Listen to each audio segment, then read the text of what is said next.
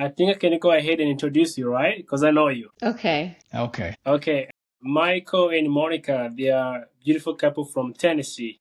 They came here in Rwanda a month ago and they bought two plots of land. They like the place, so they time back to US to prepare themselves to move to Rwanda. So I say, let me check on them and see how things are going over there, preparing to come back to Rwanda permanently. So here they are. You're welcome on my show. Thank you. Thank you. Glad to be here and glad to be speaking with you again. Yeah.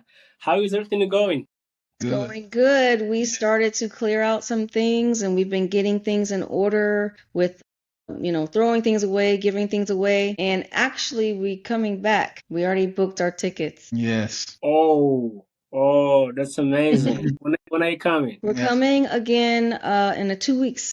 Yeah. 2 weeks And yeah, just for a for short about trip. a short trip, but just coming to finish out some things, maybe try to finalize some things. Yeah. So yeah, we're looking forward to it. Yeah, because when we were there last time, we got one parcel of land, but we wanted to get two. So we are looking to check for another one and just make sure some things are going well with the land that we did buy. Because, there is other things like making sure, well, title was clear, but it was just something with the master plan. There was no conflict, but I can't even remember what the thing is. Anyway, Yeah. our lawyer handles all that. So Yeah. yeah. I think that's earlier than I thought because I was thinking maybe you're gonna come in May. Now you're saying it's in 2 weeks. It's earlier than I Yes. thought. Well, yeah. I mean, haven't things changed since we were last there Oh, eh, yeah.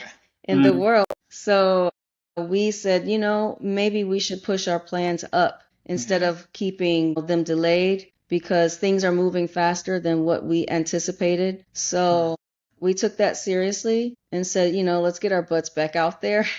Oh yeah. Mhm. So Sorry, go ahead. this time you mentioned that you're giving away and selling things. Yes. Yeah, just cleaning out whatever we don't need, whatever we know that we're not going to bring, which is mostly everything, but first starting with trash and donations. Wow, that's amazing.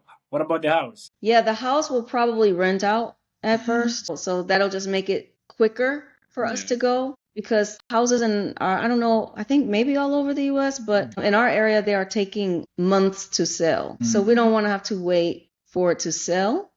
So it's much quicker to to just rent it to someone. Oh, that's good. Yes, definitely. I was talking to my other friend. He was telling me how he shipped his material from US to Africa. How are you guys planning to do it? Some of your maybe materials you're trying to bring, how are you gonna bring them? You're gonna ship them as well? Don't think so. I think it'll be, and I guess it depends on how much it is to do carry-ons versus, or not carry-ons, Check check baggage. baggage as opposed to shipping. It probably, because I was looking and I saw just a little while ago, I saw it was like way higher. And I don't know if it's just that particular, because I think I was on Priceline, and they were talking about charging $280 something per check bag. So I mean that can get costly. I'm not sure if that's the case all the time or if that's just if that was just their price.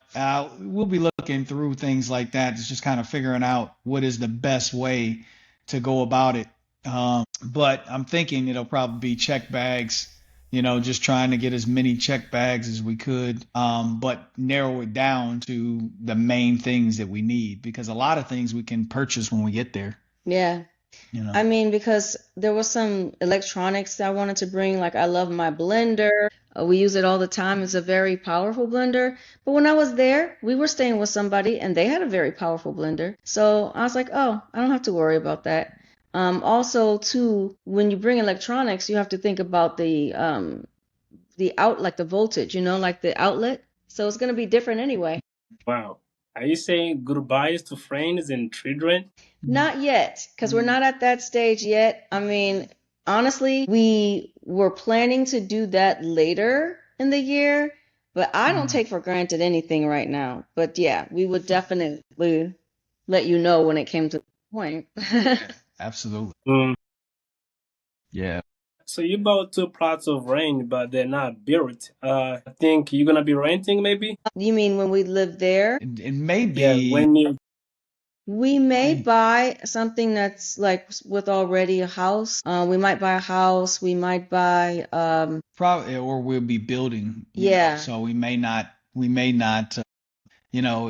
may not make the full transition until we have something built. But if things happen in this, things progress with the things that's going on right now in the world, war and stuff. yeah, I don't like the idea, honestly, of not having a place to live there. So I am now more in favor of buying something that is already has a place we can live on it because of the uncertainty. But we will have to see when we get there. yeah, it may be more cost effective to still build because it's more expensive now, with something on it than it is, to build. Wow, that is good. You'll be staying in the Bugesera? I think so. Yeah. Yes. Mhm. Yeah, because that's where we're interested, that area.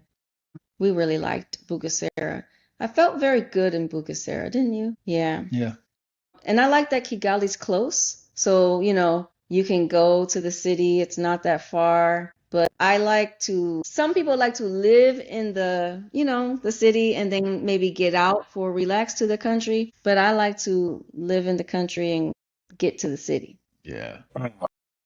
Yeah, I agree. I think that's much better, much more preferred for us anyway, in this stage of our lives. Right, exactly. I think right now you have 100% decided to move, but I want to know if maybe you kind of have like the second thought if I'm really doing this.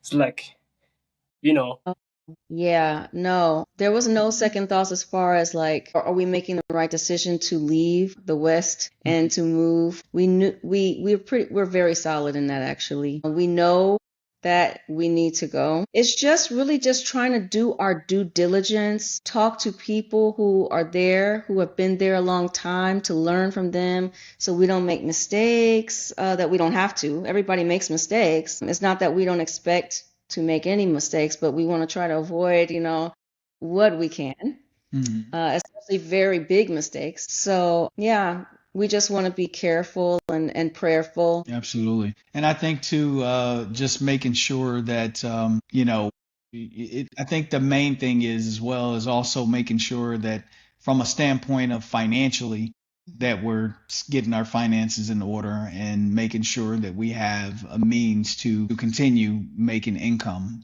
while there. So that's a big thing because I think a lot of times people make moves and not think about those things. So, you got to be able to sustain yourself and be able to do things that needs to be done to be able to maintain a living. So there's a big difference in cost of living there versus here. So it's makes it much easier for you to get those things in order, but in comparison to here, but it still is something that you got to think about, right? yeah. Are you excited? Oh yeah. Yeah, I'm really Oh yeah. excited. Danko, honestly, when I think about coming, I'm always hoping that I will get stuck. I don't even want to come back. But, there's these things that you have to do, maybe. We have plan A, plan B, plan C, depending on how things change. I mean, when we were there with you, some crazy war had not been started. But now, here we are, and there is a crazy war going on. So that does make us adjust, have to think about that. So we are open to, we do have different timelines based off of what we might need to do, right? In any kind of plan, you got to have like, okay, this is our preferred exit. This is our more, what do you say, expedited Oh yeah. plan. And then this is our like emergency plan. Absolutely. Yeah. So, if I'm not mistaken, you have how many children? Is it 3 or 4? Three. We have Three. three. 2 girls and 1 boy, all in their teens, all graduated college, but one is local here with us. The other lives like maybe the other two live like 8 hours away. Yeah. Yeah. By car. Yeah. The thing How about do it you is feel? where they live. Go ahead. I'm How do sorry, we go ahead. feel? Yeah, is it Because he as might a ask you. parents? How do you feel? You're going to be thousands of miles away from them. How do you feel about them? Yeah. So had to come to terms that, we raised them and we gave them what they needed to be independent in life. We love them very much, and I would certainly miss them, but they have to make their own decisions. We realize that we are not responsible for that, but we let them know they're welcome to come. They have a place. We will help them. We would love them to be with us. We think they should, but there's no pressure. They have to make their own choice. So yeah, we will miss them, but Yeah. they're adults. Yeah, no, and we definitely want them, and I think that I think preparing a place for a family to come to, whether it be our kids and other family members, I think it's really good to prepare something for people to be able to come to, if things in the West truly go south. So, I For think that sure. that's a major thing, and I think we're just kind of paving the way for that for our family, Yeah. including our children. So I think that is a good thing. I mean, we've, as there's a big expat community there, and so I think that a lot of people have saw things coming earlier on and made adjustments and made moves.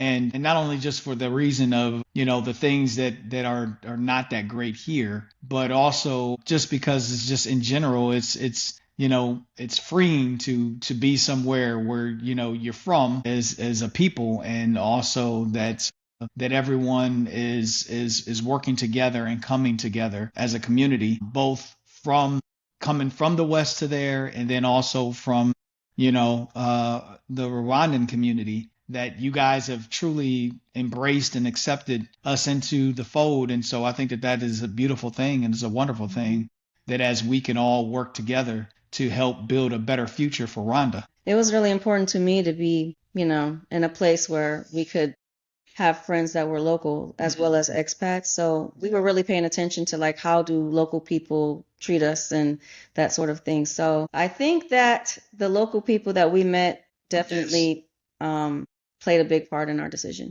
Absolutely. Wow, that's amazing. I've been making this kind of content for a couple of months, and we received a lot of positive comments from the people from America. But yeah, now we have like 3 people coming because of videos, which is amazing. But also, we received some negative comments. Some people saying, Black Americans saying, they have this preconception that African don't like Black American. And I just want to ask you, how were you treated? Your experience for the first time being here, how locals treated you? Because there's some people who think that Yeah. Africans don't like Black American. Yeah. Yeah. No, I'd say it's a lot different. In fact, it was a brother who was there that we connected with, named Doug, and he was talking about how in America, and he came from California, so he's talking about in America how it was so different. When he's there, a lot of times you've got, and it's interesting because in America, sometimes you can be in a place where there are a lot of us, a lot of blacks, and be very conscious of your surroundings, and always thinking that, hey, I got to watch my back, and that sort of a thing.